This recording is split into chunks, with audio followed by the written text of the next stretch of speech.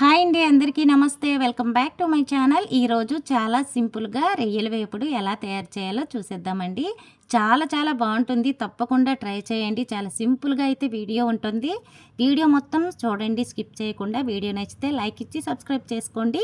ముందుగా అయితే ఇక్కడ నేను రొయ్యలను తీసుకున్నాను, బాగా క్లీన్ చేసి ఇచ్చేసారండి వాళ్ళేని. మనం కడిగేటప్పుడు మాత్రం కొంచెం నిమ్మరసం, పసుపు, ఉప్పు వేసి కడిగినట్లయితే నీసు వాసన లేకుండా ఉంటుందన్నమాట. ఇప్పుడు వీడియోలోకి వెళ్ళిపోదామా. అందులో బాగా కడిగిన తర్వాత ఉప్పు, పసుపు, కొంచెం కారం వేసి బాగా కలిపేసి పక్కన పెట్టుకోండి. ఒక పావు గంట సేపు పక్కన పెట్టుకోండి, సరిపోతుంది. ఇప్పుడు స్టవ్ మీద ప్యాన్ పెట్టుకొని 1 స్పూను ఆయిల్ వేసుకొని చక్కగా మనము ఈ రొయ్యల్ని వేపుకోవాలి. ఇందులో నుంచి వాటర్ వస్తుందన్నమాట. ఆ వాటర్ తోటే ఈ రొయ్యలు అయితే సగం కుక్ అయిపోతాయండి. ఒక 50% వరకు ఇలాగ వేపేటప్పుడు ఉడికిపోతాయి అన్నమాట. చూడండి దీంట్లో నుంచి ఎంత వాటర్ ఊరుతుందో. చూసారు కదా వాటర్ ఎంత వచ్చిందో. మనం ఒక్క చుక్కైనా వేయనవసరం లేదనమాట. రొయ్యల్లో నుంచి వాటర్ అయితే తప్పకుండా వస్తుంది. ఇలా వచ్చిన తర్వాత ఈ వాటర్ అంతా ఇంకిపోయినంత వరకు మనము చిన్న మంట మీద బాగా వేపుకోవాలి రొయ్యల్ని. ఇలా వేపుకున్న తర్వాత వేరే ప్లేట్లోకి తీసుకోవాలండి. ఇప్పుడు వేరే ప్లేట్లోకి తీసుకుందాము. కొంచెం పెద్ద రొయ్యలండి ఇవి. ఇక్కడ నేనైతే మాకు వైజాగ్లో పోర్ట్లో అయితే దొరుకుతాయి అన్నమాట రొయ్యలు. కొంచెం బుట్టలతో కొనుక్కొని ఎవరైనా మనకి ఉంటే కనుక సర్దుకోవచ్చు. ఒక బుట్ట తీసుకొని అలా అయితే మేము తెచ్చాము. చూసారు కదా, ఇలా వేపుకున్న తర్వాత పక్కన పెట్టేసుకోండి. ఇప్పుడు అదే కళాయిలో ఒక 4-5 టేబుల్ స్పూన్ వరకు అయితే ఆయిల్ వేసుకోండి. ఎప్పుడైనా మనం మరి నాన్ వెజ్ వండేటప్పుడు ఆయిల్ కొంచెం ఎక్కువే పడుతుంది కదా, ఆయిల్ లేకపోతే బాగుండదు నాన్ వెజ్కి. నేను ఇక్కడ 5 టేబుల్ స్పూన్ వరకు ఆయిల్ అయితే వేసుకున్నానండి.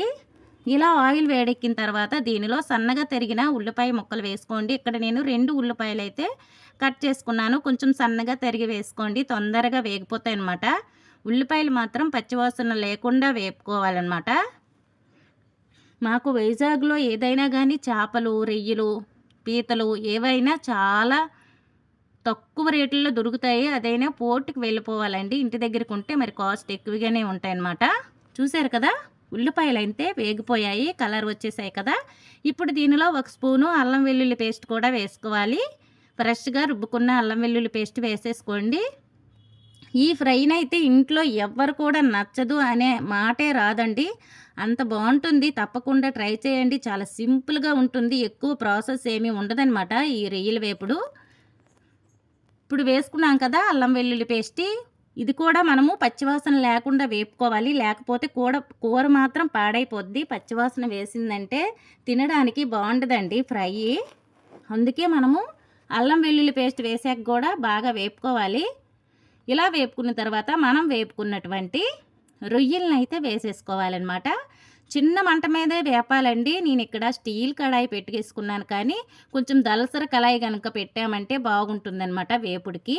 ఇందులో కరివేపాకు, 2 పచ్చిమిరపకాయలు ఇలా పొడుగ్గా కట్ చేసి వేసేసుకోండి. ఇలా పచ్చి కరివేపాకు వేసుకుంటే మంచి ఫ్లేవర్ అనమాట ఈ రొయ్యలకి పడుతుంది. అలాగే కరివేపాకు మన ఆరోగ్యానికి కూడా చాలా మంచిది కదా. కొంచెం ఎక్కువ వేసుకునే బాగుంటుందండి, చాలా బాగుంటుంది టేస్ట్. ఇప్పుడు మూత పెట్టి చిన్న మంట మీద మనము వేగనివ్వాలన్నమాట. ఆయిల్లో కూడా చక్కగా వేగితే రుచి వస్తుంది. చూసారు కదా, కొంచెం వాటర్ కూడా వచ్చింది, ఎందుకంటే ఉల్లిపాయలు ఇవన్నీ కలిసాయి కాబట్టి వాటర్ కూడా వచ్చింది. నేను ఎక్కడ కూడా వాటర్ అయితే అస్సలు పోసుకోలేదు ఇందులో, ఆ వాటర్ తోటే వేగుతాయి అన్నమాట. ఇప్పుడు దీనిలో మనము తినేదాన్ని బట్టి కారం యాడ్ చేయాలి. ఇక్కడ నేను 2 టేబుల్ స్పూన్ వరకు కారం వేసుకుంటున్నానండి. అలాగే ఆల్రెడీ మనం ఉప్పేసి కలుపుకున్నాం కదా, తరువాత వేసుకుందాము.